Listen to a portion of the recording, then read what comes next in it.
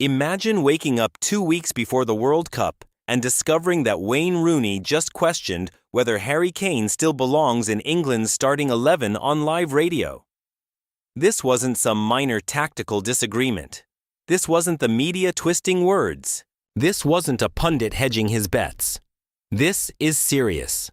Nothing like this has ever been seen days before a major tournament. A former England captain publicly dismantling the current captain's credentials with the opener against Iran just around the corner.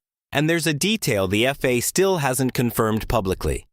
According to sources close to the squad, Harry Kane requested an emergency meeting with Thomas Tuchel within 2 hours of the broadcast going viral.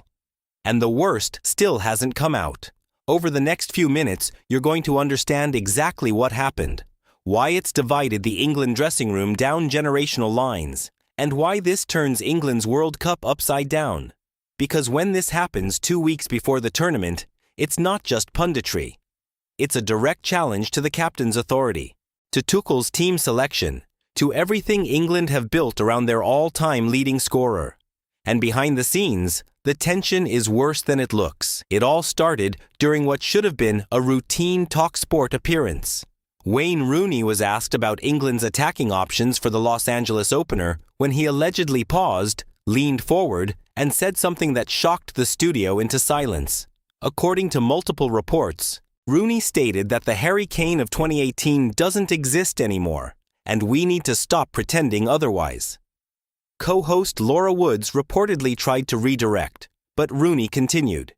He allegedly questioned whether Kane still possesses the explosiveness required at this level, pointed to his goal-to-chance ratio over the past 18 months, and suggested Tuchel might need to make a brave decision if England are serious about lifting the trophy on American soil. The studio went silent. Producers allegedly signaled to move on. By evening, Kane's camp had been flooded with requests for comment. The clip circulated everywhere within hours. But to understand why this matters, you need to know what came before. This didn't come out of nowhere. According to insiders, coaching staff have privately observed Harry Kane struggling in Thomas Tuchel's high-line system during England's March friendlies. His pressing intensity has reportedly dropped. His recovery runs have slowed. And then there's Ivan Toney, explosive in Saudi Arabia, seamlessly integrated into training sessions, creating an unspoken question mark that nobody wanted to voice publicly. Until Wayne Rooney allegedly did. There's also history here. Rooney faced similar scrutiny near the end of his England career, and some believe his comments reflect both tactical concern and personal bitterness. Kane and Rooney have never been particularly close, and sources suggest their relationship cooled after Rooney took subtle shots at Kane's trophy cabinet in previous punditry appearances. And hold on, because the most controversial detail I've saved for the end. The dressing room reportedly split immediately. Senior players like Declan Rice and Jordan Pickford allegedly rallied around Harry Kane, seeing Rooney's comments as disrespectful to a teammate who has carried England for a decade. Younger players, some who compete with Kane at club level, allegedly stayed silent. Their neutrality spoke volumes. Thomas Tuchel allegedly held an emergency meeting with his coaching staff to discuss whether the controversy required immediate address or strategic silence. The FA is privately furious, according to sources, that Rooney chose this moment for such inflammatory commentary. Some officials allegedly questioned whether Talksport should face media access restrictions. Social media erupted instantly. Kane loyalists flooded Rooney's mentions with accusations of jealousy.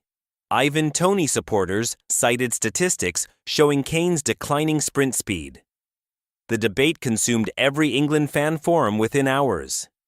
The press divided between those calling Rooney brave and those accusing him of sabotaging England's World Cup for punditry clicks. And here's where things become even more complicated. Harry Kane must now decide whether to respond publicly or channel his anger into performance. Training sessions over the next 72 hours will be dissected for body language and effort levels. The FIFA deadline for squad changes is June 10th, just 3 days before the Iran opener, meaning Tuchel still has the nuclear option if the situation deteriorates further. Now Thomas Tuchel is caught between two bad decisions. If he backs Kane publicly and starts him in Los Angeles, but England struggle to break down a compact Iranian defense, and Kane's limited movement becomes a tactical liability, the manager will be accused of loyalty over pragmatism, and the pressure will intensify before the crucial second group match. But if Tuchel even hints at considering Ivan Toney, he risks fracturing the dressing room, undermining his captain's confidence at the worst possible moment, and handing the media a civil war narrative that could derail the entire campaign before it begins. What almost nobody noticed. Harry Kane allegedly left the team dining hall early the night the Rooney clip went viral, and Declan Rice followed him out. What was said in that private conversation remains unknown, and fresh reports suggest Kane may have sent a message to Wayne Rooney's phone that hasn't been made public. Talksport producers reportedly have additional unaired audio from the same segment. This is the weight of legacy colliding with brutal honesty 2 weeks before a World Cup. England's captain under fire from the man who wore the armband before him. And look, this is far from over. This is the information circulating so far. Over the next few hours, new details should trickle out, and they could turn this whole story upside down. So for you, was Wayne Rooney brave for saying what many privately think about Kane's form?